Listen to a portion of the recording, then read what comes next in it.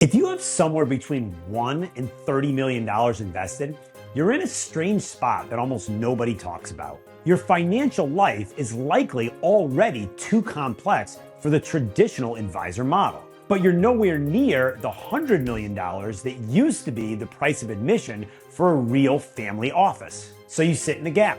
And for most executives, that gap is getting expensive. Here's where the complexity comes from. You've got RSUs vesting, concentrated stock that you're nervous to touch, maybe deferred compensation elections, a tax picture that changes every year, and a retirement decision somewhere on the horizon. You may already have an advisor, a CPA, and an estate attorney. The problem isn't that you're missing professionals. The problem is that you're the one coordinating them. You're the integration layer. You're the one forwarding the email from your CPA to your advisor, hoping that the two are aligned. For years, the only real fix for that was a family office. A team of investment, tax, estate, and planning professionals all working together for one family under one roof. The catch was the price. A single family office can cost millions of dollars a year to run and really only made sense for those north of $100 million in assets. Multi-family offices brought that down, but most of them still start at 30 to 50 million. So the coordination that you actually needed was locked behind a level of wealth that most successful executives never reach. That's what's changed.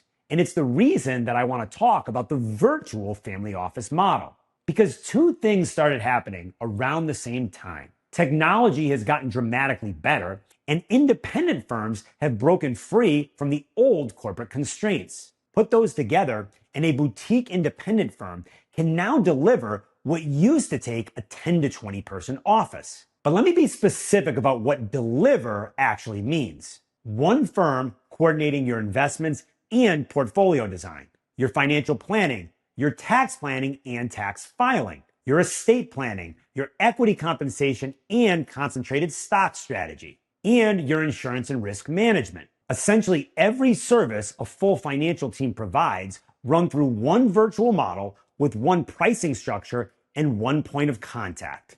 That's the new virtual family office. Not you becoming a CEO of your own wealth. It's actually the opposite. A lot of content out there tells you to go build this yourself. Hire fractional specialists, quarterback the team, run the whole thing like a business. But think about how backwards that is for you specifically. You already run teams. You already manage decisions and complexity 50 plus hours a week. The last thing you need is another organization to operate. The point of a virtual family office isn't to hand you more responsibility. It's coordination. It's getting your financial life working together without you being the one making all the decisions. So let me walk you through how this became possible and then how to actually vet a firm that claims to do it. On the why now, it comes down to independence plus technology. Independence matters because a true independent firm has no captive product to sell you. No proprietary funds, no quota, no home office menu they're required to push. They can assemble the best tools for your situation instead of the ones that they're paid to recommend. But that's not the full pitch. It's just the starting line. On the technology side, financial planning software has evolved into a living integrated system instead of a static binder that's out of date the day you get it. Automation and AI now handle most of the administrative work, so a lean team can spend most of its time on client strategy instead of paperwork. And modern estate platforms allow firms to build and manage estate strategy in-house. Integrated tax tools turn tax strategy from a once-a-year filing into a proactive, multi-year roadmap. Net it out, and a small independent firm can now serve someone with 1 to 30 million the same way that only the ultra wealthy used to be served. Which brings us to the part that actually protects you. How do you tell a real virtual family office from a traditional shop that's simply rebranded?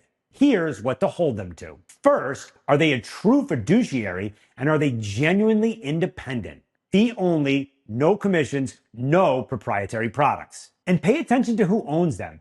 A lot of firms are now owned by banks, insurance companies, or private equity, and who they're owned by shapes what they're pushing and how they're run.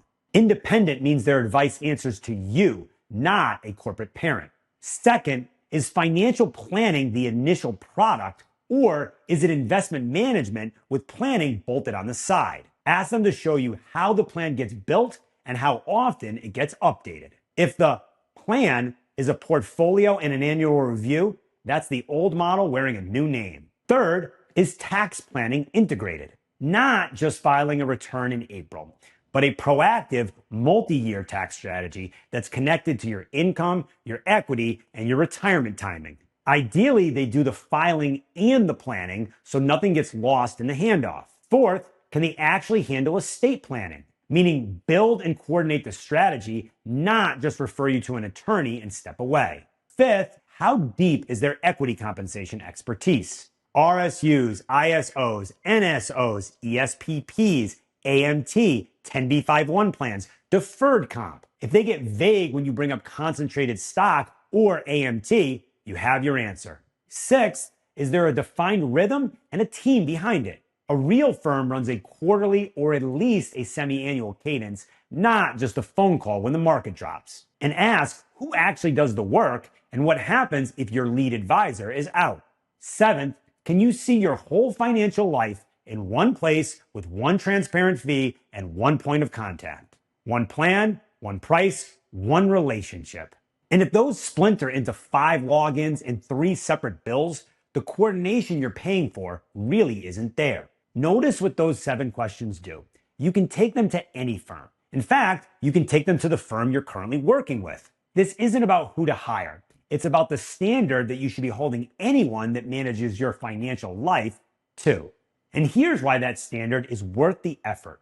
The point of pulling all of this under one roof isn't simplicity for simplicity's sake. It's making work optional on your terms. When your investments, taxes, estate, equity comp are all actually working together, decisions stop feeling like fire drills. The equity grant becomes a wealth engine instead of a stress bomb. The surprise tax bill goes away because someone saw it coming a year out. And the version of your life where you step back from the corporate grind stops being a vague someday and starts being an actual plan with a real date on it.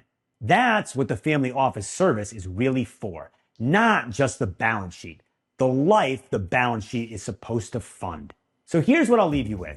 At between 1 and 30 million, you have family office level complexity without family office level infrastructure. But that gap is now fillable, and you don't need 100 million to fill it. You just need to know the standard and hold a firm to it.